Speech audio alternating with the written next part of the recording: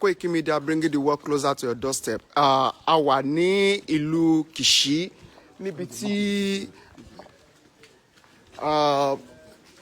this is Chief Sunday Igboho on the move. À ń lọ sí ibi tí àwọn Fulani tí wọ́n wà ní ìlú Òkè Ògùn pẹ̀lú àwọn Nigeria Army and Security Agency.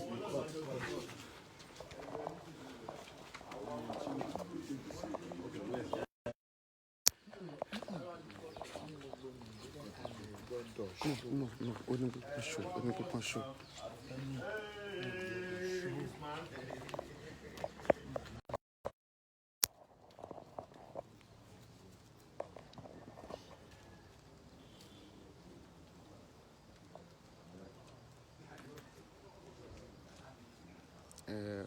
Koiki Media bringing the world closer to your doorstep. Chief Sunday Igboho àti àwọn ọmọ ogun wọn a wà ní ìlú Kishi láti lọ sí ibi tí àwọn Fúlàní àwọn bandits yẹn tó ti ń da àwọn ọmọ ilẹ̀ Yorùbá ní àmú. Àwọn Nigeria Army and Nigeria Police and Civil Defense and the Security Agency, they are also here with us.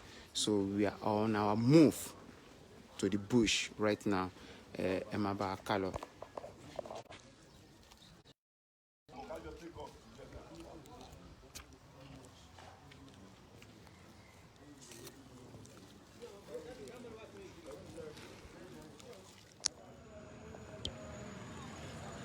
Koiki Media bringing the world closer to your doorstep.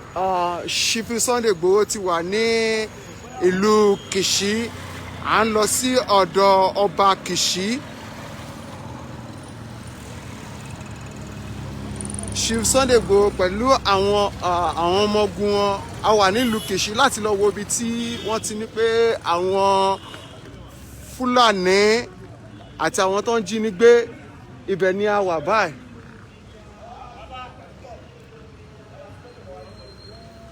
Bàbá wa Chief Sunday Igboho lẹ ti rí yẹn, ìlú Kishi la wà yìí. Ní báyìí à ń lọ sí ọ̀dọ̀ kábíyèsí ọba Kishi of Kishi. Bàbá ni ó ń sọ̀rọ̀ yẹn pẹ̀lú àwọn ọmọ ogun wọn. Àwọn Nàìjíríà mi wà pẹ̀lú wa ń bì báyìí. Nigeria Police wọ́n wà ń bì báyìí. Civil Defense náà wà pẹ̀lú wa.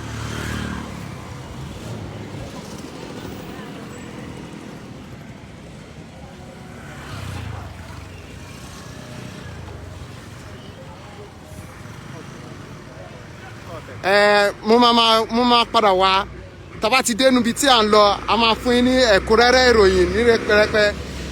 Ọmọ kí òun ṣojo ẹ̀yin ọmọ Oòduà ẹ jí ẹ má sùn.